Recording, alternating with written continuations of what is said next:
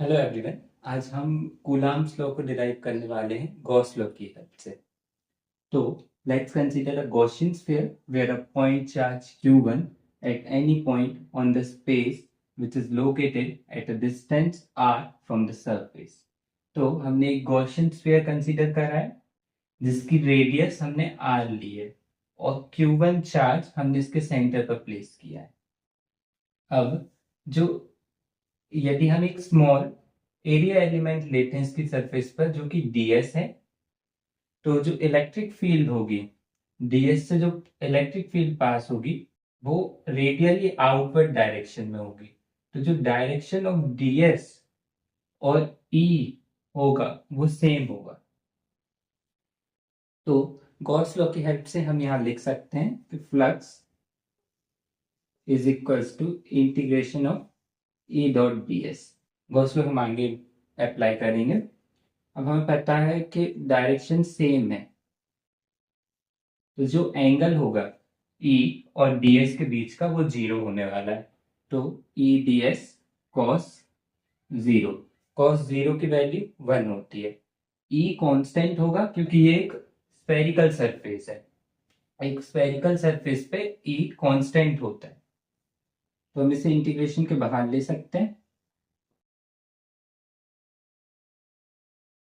ds, अब जो integration होगा ds मतलब कि small elements on the surface का इंटीग्रेशन, तो वो होगा surface area of the sphere जो कि होता है 4πr²।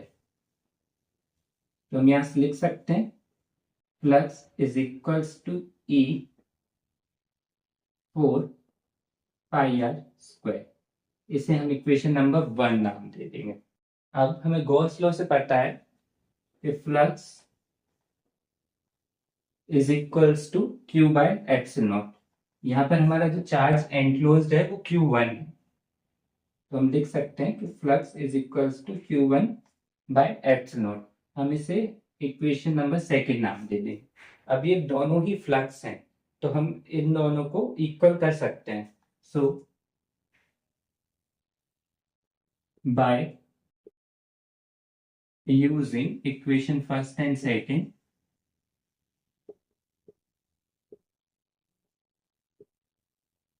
हम लिख सकते हैं E 4πr² is equals to q1 by epsilon.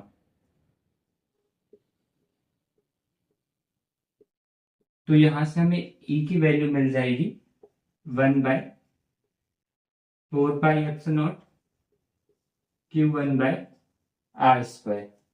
हम इसे इक्वेशन नंबर थर्ड नाम दे देंगे।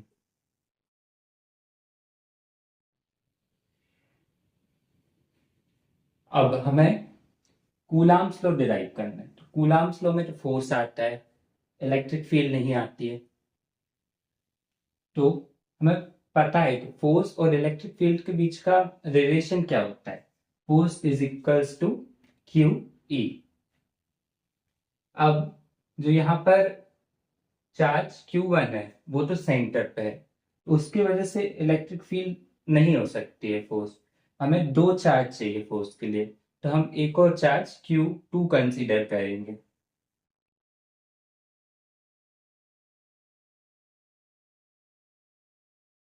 Let's consider another charge Q2 placed somewhere outside the sphere। तो हम यहां से लिख सकते हैं force is equals to Q2 E। हम इसे इक्वेशन नंबर 4 नाम दे देंगे। अब इन दोनों इक्वेशन में हम फोर्थ इक्वेशन में थर्ड इक्वेशन से E की वैल्यू सब्स्टिट्यूट कर देंगे, तो हमें मिल जाएगा by using fourth and fifth. Force की वैल्यू आ जाएगी 1/4πε0 q1 q2 बाय r²। और यही इक्वेशन जो है वो होता है हमारा कूलाम्स लॉ।